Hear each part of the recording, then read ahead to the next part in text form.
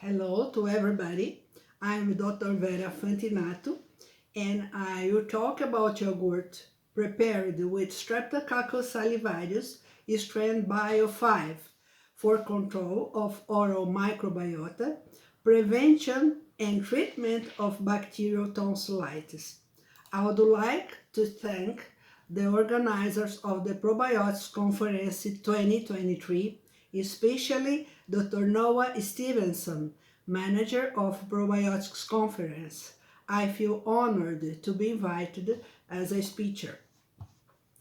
In children all over the world, sore throat is one of the most common diseases, and the infection by group A Streptococcus is the main concern, saying that the current solution is the use of anti-inflammatory drugs and antibiotics, mainly penicillin. For many years, treatment failure with penicillin has been discussed if it is clinically efficient in eliminating group A Streptococcus from the throat.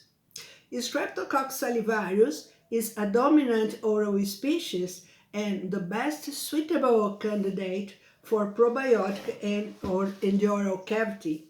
Since Streptococcus salivarius is able to produce bacteriocins against Streptococcus pyogenes, interest has been focused on the use of it as a probiotic to avoid sore throats by Streptococcus pyogenes. So we selected one strain with high capacity to inhibit 133 different strains of Streptococcus pyogenes, the agent of tonsillitis. This sample was also tested for adhesion to KB cells presenting high adhesion capacity.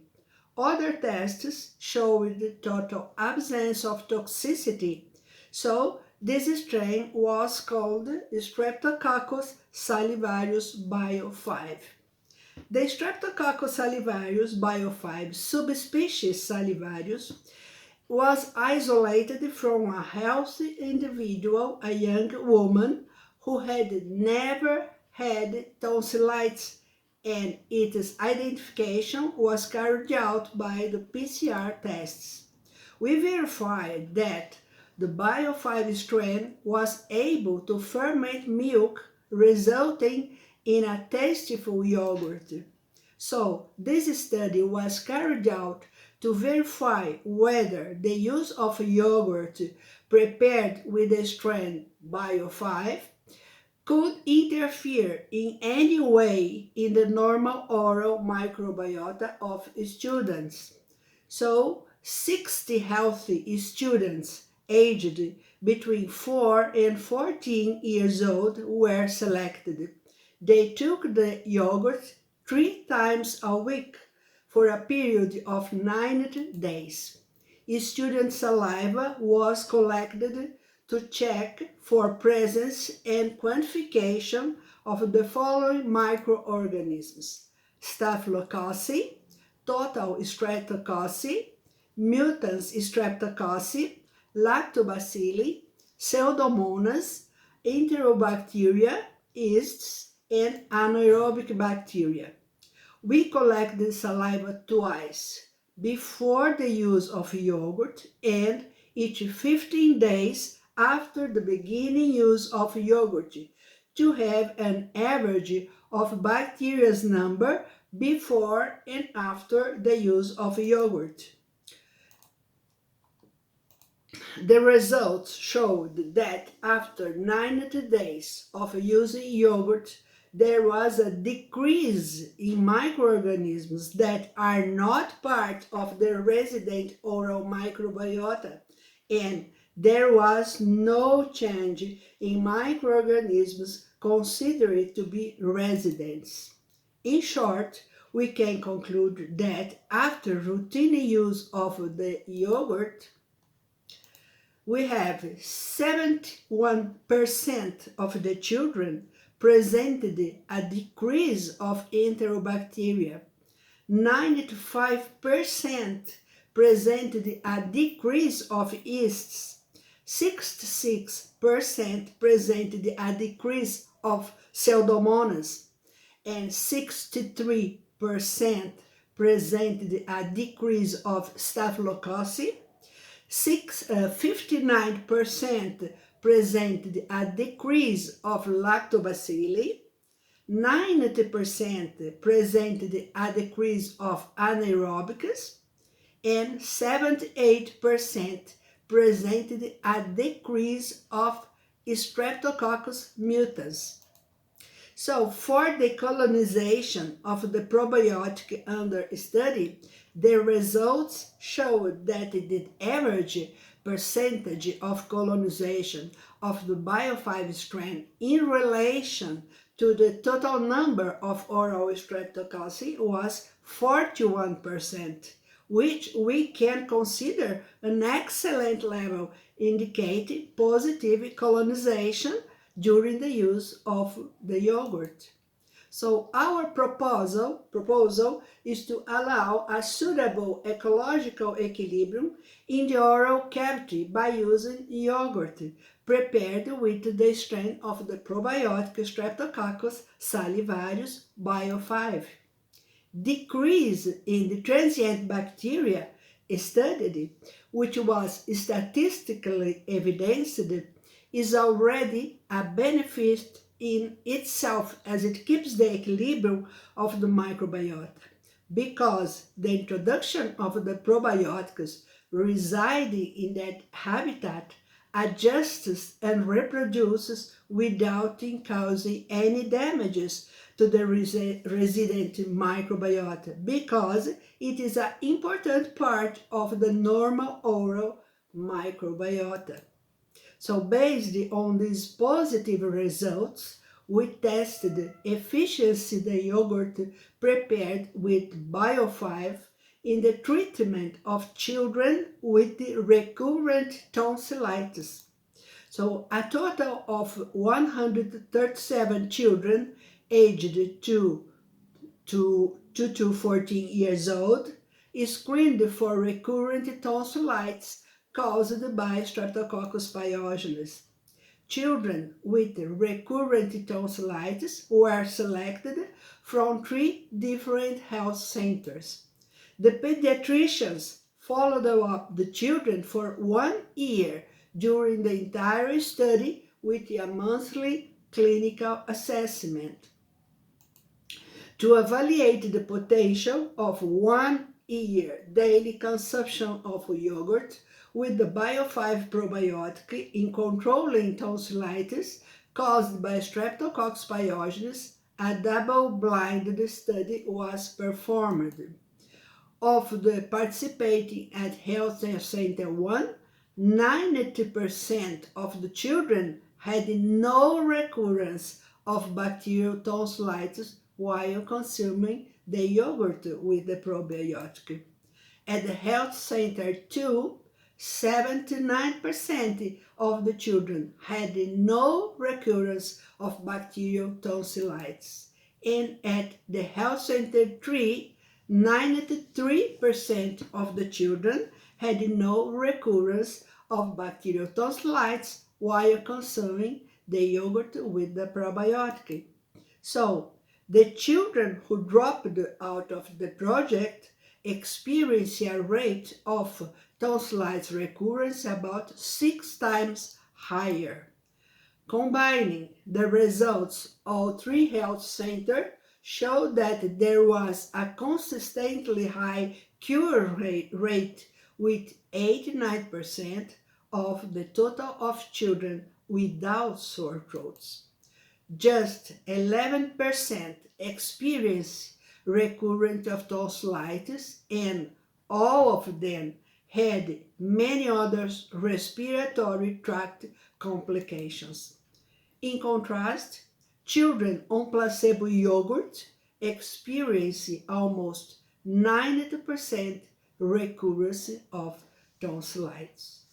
The children who had placebo yogurt has a regular yogurt sold in the market. As yogurt is already a worldwide food accepted both by adults and children, mainly by children, we see this food as a great potential to prevent bacterial tonsillitis and to keep the microbiota equilibrium and oral health. Through routine consumption of the yogurt, being the Streptococcus salivarius species a typical inhabitant of the tongue, it would easily colonize this environment and would make it difficult for pathogenic transient microorganisms to invade the site, preventing the development of infectious disease. Pediatricians, nutritionists, mothers, and children also approve it for being a great food and its delicious taste and flavors proposed by the marketing. This yogurt combines the benefit of oral microbiota equilibrium and consequent protection of this habitat against invasion of acid pyogenes. Routine consumption of yogurt with the new probiotic Streptococcus salivarius Bio5 demonstrated it can contribute to a better oral health for its help to decrease transient and potentially pathogenic microorganisms in this environment. Considering that bacterial tonsillitis is the childhood disease of the highest incidence in children all worldwide, controlled measures are required. It is important to remember that recurrent throat infections in childhood cause severe sequels such as rheumatic fever and acute glomerulonephritis. In conclusion, food enriched with microbes capable of combating infections is a much better option. The use of yogurt rich in Bio5 Streptococcus salivarius probiotic for combating recurrent tonsillitis is one example of such an approach. Imagine children all over the world drinking yogurt instead of injections of benzetacil to treat a sore throat. With the routine of this yogurt, we can prevent not only bacterial tonsillitis, but also recurrent tonsillitis, rheumatic fever, and cardiac surgeries related to rheumatic fever.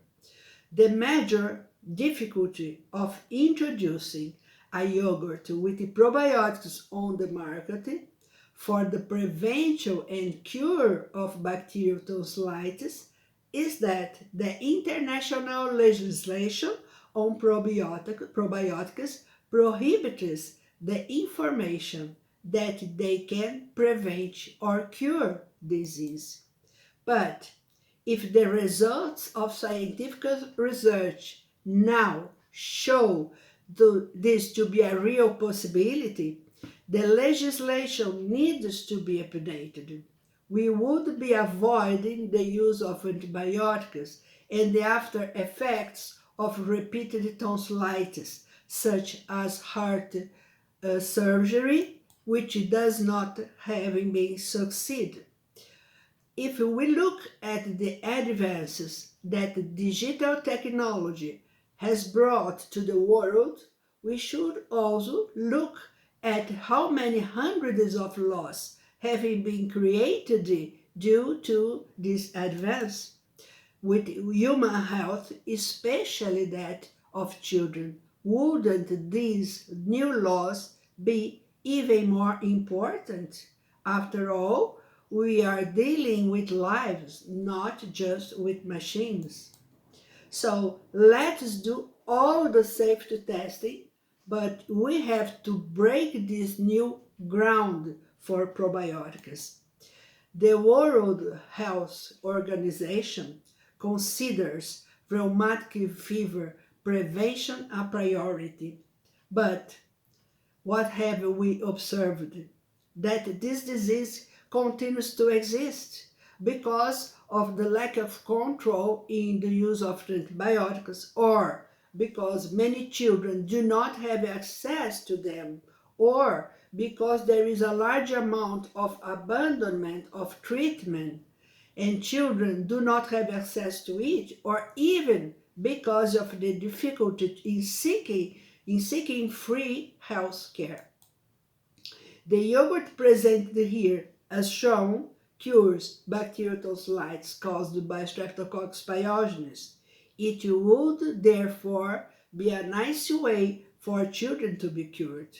We have created a way for the child to desire the treatment and not run away from it for fear of painful penicillin injections. According to the international law, a food product with probiotics cannot contain information on the label that it prevents or cures disease. So let's take the probiotic food to the pharmaceutical industry. But the pharmaceutical industry cannot sell food. So we develop a yogurt that prevents and cures tonsillitis, and we cannot use. Children and adults, too, are not to allow to buy because the law doesn't permit. Is it logical to think that is necessary change the law? Everybody buys yogurt. It is something that is already part of people's diet. It is there in the refrigerator. It is good for children and adults. It is good for industry too, because people will buy this yogurt routinely, and yogurt represents 80% of refrigerated foods. So, and children love it. Who doesn't? We consider for probiotics, the sky is the limit. So that's what you have for today. Thank you for your attention. Have an excellent Congress.